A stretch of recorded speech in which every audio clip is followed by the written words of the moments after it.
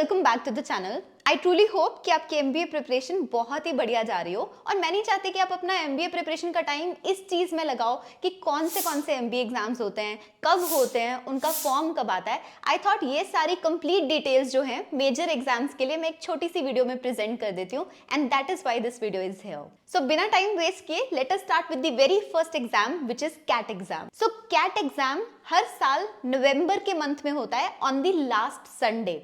इसका form generally अगस्त के मंथ में रिलीज होता है। सो जब भी फॉर्म आएगा keep a track on the official website जिसका लिंक मैं डिस्क्रिप्शन में शेयर कर दूंगी। ये एग्जाम पूरे साल में एक बार कंडक्ट होता है और इसकी रजिस्ट्रेशन फी 2300 है फॉर जनरल स्टूडेंट्स एंड 1150 है फॉर कैटेगरी स्टूडेंट। इस एग्जाम में टोटल 3 सेक्शंस होते हैं, verbal ability and reading comprehension, data interpretation and logical reasoning and quantitative aptitude. VARC में 24 क्वेश्चंस होते हैं, डीआईएलआर में 20 और क्वांट में 22। So total number of questions हुए 66। हर सेक्शन के लिए आपको 40 मिनट्स अलॉट होते हैं, यानी कि total time of the exam is 2 hours. अब इंपॉर्टेंट बात यह है कि क्योंकि सेक्शनल टाइम लिमिट डिफाइंड है विच इज 40 मिनट्स, आप एक सर्टेन ऑर्डर में सेक्शंस को अटेम्प्ट करते हो, वीएआरसी, डीआईएलआर एंड क्वांट, आप उन्हें स्किप नहीं कर सकते। 40 मिनट्स कंप्लीट होने के बाद ही वो मूव करता है। कैट एग्जाम में हर सही आंसर के लिए आपको 3 मार्क्स मिलते हैं,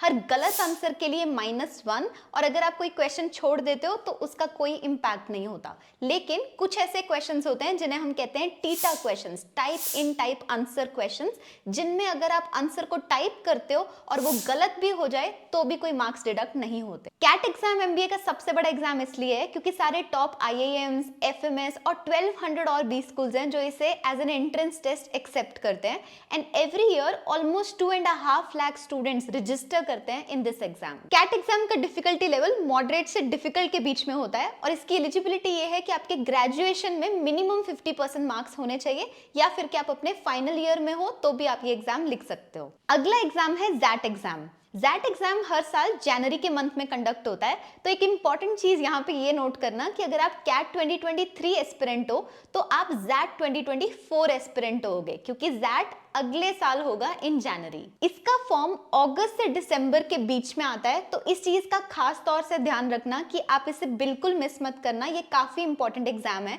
और इसके लिए मैं आपको एक रिसोर्स भी रिकमेंड कर देती हूँ which is like the most reliable resource in the entire MBA community and they have also partnered with me for this video which is Study Buzz. So Study Buzz का YouTube channel is the only channel जहां पे एकदम crisply information आती है जब भी कोई भी एग्जाम का फॉर्म रिलीज होता है, और वो ऐसी वीडियोस भी बनाते हैं दैट गाइड यू कि इनके फॉर्म कैसे भरने हैं। सो सबसे पहले तो you can subscribe to their channel ताकि आप अपडेटेड रहो। उसके अलावा अगर आप इस समय कोचिंग लेने का सोच रहे हो then I would like to inform you कि स्टडी बज़ का last batch of this session 16th of July से स्टार्ट हो रहा है। ये सिर्फ सीरियस एस्पिरेंट्स के लिए है क्योंकि इसमें नंबर ऑफ क्लासेस इंक्रीज हो जाएंगी और बेसिक लेवल से एडवांस लेवल तक सारे कॉन्सेप्ट्स क्लियर किए जाएंगे। अगर आप स्टडी बज़ के इन लाइव क्लासेस का एक डेमो भी लेना चाहते हो तो उन्होंने 16, 17, 18 और 19 की क्लासेस को ओपन कर दिया है for the subscribers of this channel. तो 16th को ओरिएंटेशन होगा, 17, 18 और 19 को हर सेक्शन की इंडिविजुअल क्लासेस ली जाएंगी। इनके जूम लिंक्स मैं डिस्क्रिप्शन में ऐड कर दूंगी,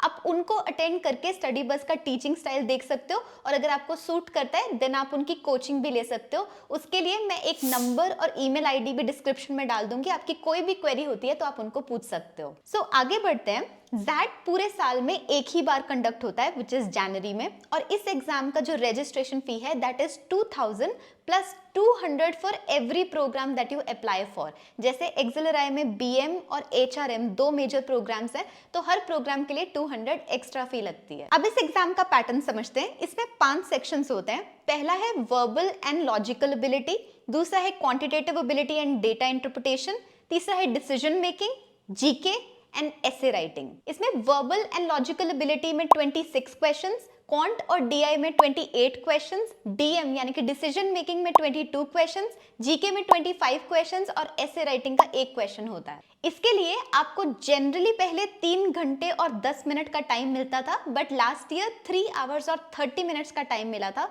तो ये जो पहले 3 सेक्शन है उसके लिए 175 मिनट्स, उसके बाद एक मॉक कीबोर्ड टेस्टिंग होती है उसके लिए 5 मिनट्स एंड फाइनली जीके और एसे राइटिंग के सेक्शन के लिए 30 मिनट्स। जैट में कोई सेक्शनल टाइम लिमिट नहीं होती, होगी और इसकी मार्किंग स्कीम इस तरह से है कि हर करेक्ट आंसर के लिए 1 मार्क, हर गलत आंसर के लिए 0.25 मार्क्स डिडक्ट होते हैं और अगर आप 8 से ज्यादा क्वेश्चंस को अनअटेम्प्टेड छोड़ते हो तो हर उस क्वेश्चन के लिए 0.1 मार्क्स डिडक्ट होते हैं। जैट एग्जाम के थ्रू आप एक्सिलराई और 160 और इंस्टीट्यूशंस में एडमिशन ले सकते हो। इसमें हर साल ऑलमोस्ट 95 से 98,000 लोग रजिस्टर करते हैं और अल्टीमेटली 80,000 के आसपास लोग इसे अटेम्प्ट करते हैं। इसका डिफिकल्टी लेवल भी मॉडरेट टू डिफिकल्ट के बीच में ही होता है, बट ये कैट से थोड़ा इजी होता है। और सबसे इंटरेस्टिंग बात यह है कि यहाँ पर ग्रेजुएशन में 50% जैसी कोई एलिजिबिलिटी की कंडीशन नहीं है।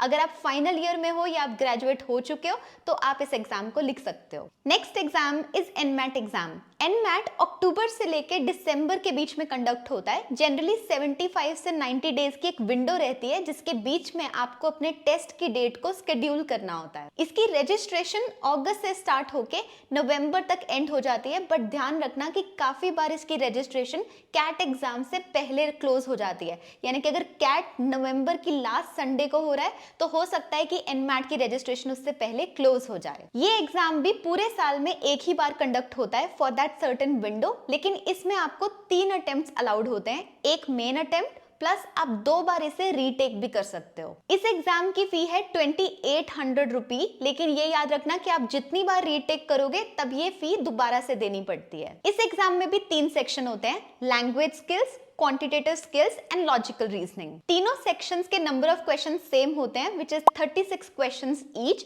तो टोटल नंबर ऑफ क्वेश्चंस होते हैं 108। सो जो टाइम लिमिट है वो लैंग्वेज स्किल्स के लिए 28 मिनट्स, क्वांटिटेटिव स्किल्स के लिए 52 मिनट्स और लॉजिकल रीजनिंग के लिए 40 मिनट्स, यानी कि टोटल 2 आवर्स का पेपर होता है। एनमैट के एग्जाम में सबसे बढ़िया बात यह है कि कोई नेगेटिव मार्किंग नहीं होती और ये एक अडेप्टिव टेस्ट है, विच मीन्स कि अगर आपने आंसर करेक्ट दिया तो जितना भी लेवल ऑफ डिफिकल्टी था उस क्वेश्चन का वो बढ़ता जाएगा। सो बेसिकली जीमैट जैसा सिस्टम है। इसीलिए इस एग्जाम के जो टोटल नंबर ऑफ मार्क्स हैं वो 360 हैं।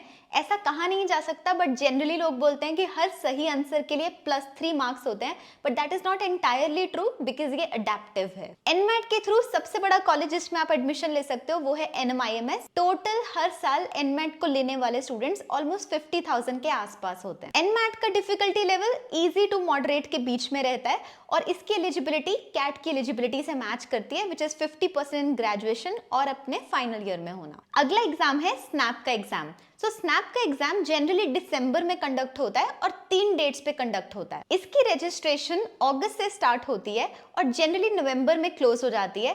स्टार्टिंग में इनकी डेट कैट से पहले होती है, बट काफी बार एक्सटेंड भी हो जाती है। जैसे लास्ट ईयर थोड़े डेज के लिए एक्सटेंड हो गई थी ताकि जिनका कैट अच्छा नहीं हुआ वो भी रजिस्टर कर पाए। ये एग्जाम भी पूरे साल में एक ही बार कंडक्ट होता है, लेकिन 3 सेशंस में, क्योंकि 3 डेट्स हैं तो आप तीनों बार ये ले सकते हो और जो हाईएस्ट स्कोर होता है वो कंसिडर किया जाता है। इसकी रजिस्ट्रेशन फी 1950 है फॉर जनरल स्टूडेंट्स एंड 1000 रुपी है फॉर कैटेगरी स्टूडेंट्स। इसका फॉर्मेट इस तरह से है कि इसमें 3 सेक्शन होते हैं, general English, analytical and logical reasoning, quant data interpretation and data sufficiency. In 3 sections में नंबर ऑफ क्वेश्चंस इस तरह से होते हैं कि जनरल इंग्लिश में 15, एनालिटिकल एंड लॉजिकल रीजनिंग में 25 एंड लास्ट सेक्शन में 20। So total number of questions होते हैं 60 और टाइम लिमिट भी 60 मिनट्स होती है। So this is one of those exams जिसमें आपको बहुत ज्यादा स्पीड चाहिए। SNAP is known to be a speed based exam.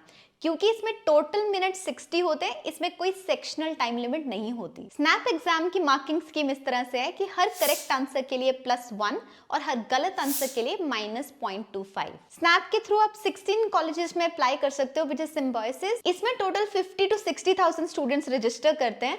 In general इसका difficulty level easy to medium ही रहता है और एलिजिबिलिटी बिल्कुल सेम है as the CAT exam, which is 50% in your graduation या फिर कि आप अपने फाइनल ईयर में होने चाहिए। अब बात करते हैं लास्ट एग्जाम की, विच इज IIFT।